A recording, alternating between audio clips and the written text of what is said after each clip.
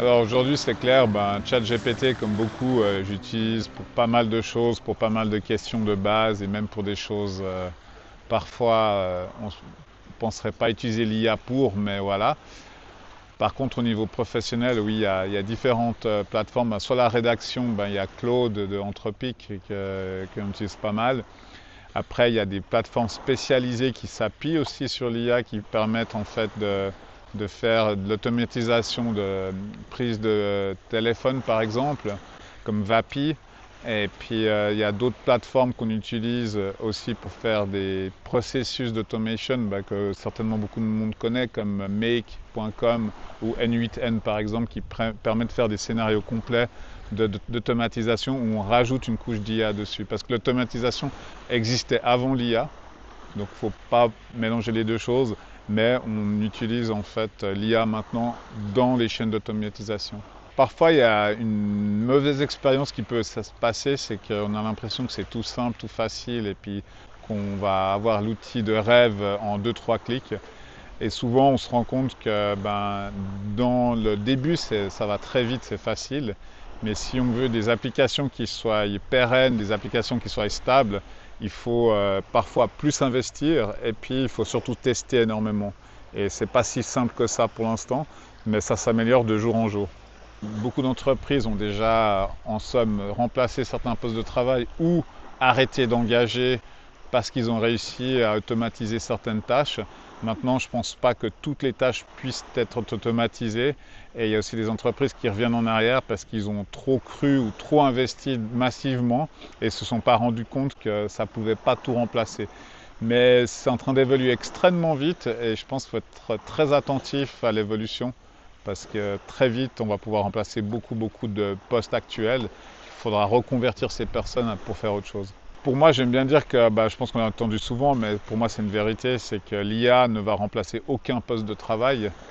Par contre, l'IA va remplacer des postes de travail où l'IA n'est pas utilisée. C'est-à-dire que si aujourd'hui on s'affranchit en se disant on n'a pas besoin, un jour quand on se rend compte que ça peut être remplacé, c'est là où il faudra réfléchir. Puis il vaut mieux commencer à jouer maintenant et puis à essayer maintenant des outils et de voir comment on peut évoluer avec l'IA que d'attendre et d'être surpris par des concurrents dans quelques années qui vont arriver avec des solutions bien plus évolutives et performantes qu'aujourd'hui. Je vais prendre un exemple qui a été donné par un des membres de notre coopérative, qui est aussi fondateur de la coopérative, M. Patrick Mermoud d'EcoDeNet, qui a décidé d'acheter une licence professionnelle à tous ses employés et simplement déjà de faire confiance à ses employés puis dire mais utilisez l'IA où vous pouvez le faire, où ça vous aide, où ça vous amène quelque chose de concret, de positif, et utilisez-le. Et ça, je pense, c'est un des exemples que j'adore parce qu'il n'y a pas besoin de faire du code, il n'y a pas besoin de beaucoup d'argent.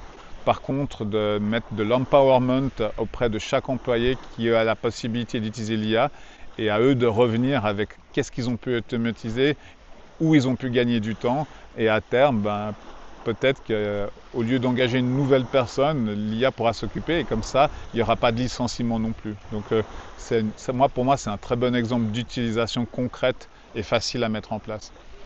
Alors moi je pense que tout dépend en fait de la quantité de ce qu'on veut utiliser, mais je pense qu'il ne faut pas hésiter aujourd'hui les prix en fait pratiqués par les différentes plateformes, soit ChatGPT, soit Make.com, soit N8N, soit Claude, soit d'autres. Je pense que les versions payantes sont très abordables en rapport de ce qu'elles apportent à l'entreprise. Et je pense que c'est raisonnable de mettre un certain budget et puis c'est raisonnable d'essayer en fait. Il faut être curieux, il faut essayer et il ne faut pas hésiter à investir un petit peu pour savoir ce qui est en train de se passer. Je pense que c'est très intéressant déjà de commencer par soi-même parce qu'avec les différentes IA actuelles, on peut déjà s'auto-former sur beaucoup de choses. Mais je pense aussi que si on veut aller plus vite et puis peut-être dans certains domaines, ça vaut la peine aussi d'avoir quelqu'un qui accompagne et qui va donner en fait des expériences supplémentaires que simplement tester par soi-même. Je vais citer l'agence Moche qui se trouve à Nyon avec qui on travaille, avec CIR notamment, où ils sont en train de préparer et d'aider en fait la Confédération à faire un brevet fédéral d'accompagnement des entreprises avec l'IA. Et par exemple, je pense que justement eux, ils ont un programme de formation qui soit à distance, très pratique pour les employés, soit en présentiel. Et c'est un exemple d'entreprise qui peut vous aider en fait à mettre l'IA en place de manière plus sereine dans votre entreprise. Alors nous, la coopérative, c'est de recenser en fait les différentes possibilités qui existent. Là, je viens d'en citer une, il y en a d'autres. Et puis d'accompagner les entreprises dans le conseil en disant, ben voilà, vous pouvez vous adresser à telle ou telle entreprise, tel ou tel service qui vous fournit ça. Et pour tous les budgets, parce qu'aujourd'hui, on achète une licence sur ChatGPT ou sur Anthropic. Et puis déjà en posant des questions, ça peut déjà être une formation en tant que telle. Il n'y a pas besoin forcément de trouver une formation. Après, si on veut peut-être aller plus dans l'automatisation de certaines tâches ou plus loin en réfléchissant comment mon entreprise va être impactée demain et que puis-je faire aujourd'hui, là, ça vaut peut-être la peine effectivement de passer par la coopérative et que selon la problématique que vous avez, on vous aide à trouver la bonne personne ou le bon service. C'est une question qui me travaille beaucoup, effectivement, vu la vitesse. Moi, j'ai vu ça dans l'hébergement Internet, dans la technologie en général, dans l'Internet. Mais là, la vitesse que ça prend, j'éviterais d'investir très très massivement d'un coup en pensant qu'on est établi. Parce que pour moi, on est au tout début de la courbe. Et je pense que c'est bien d'investir, c'est bien de s'intéresser, mais c'est bien aussi de garder son business, je dirais, de base.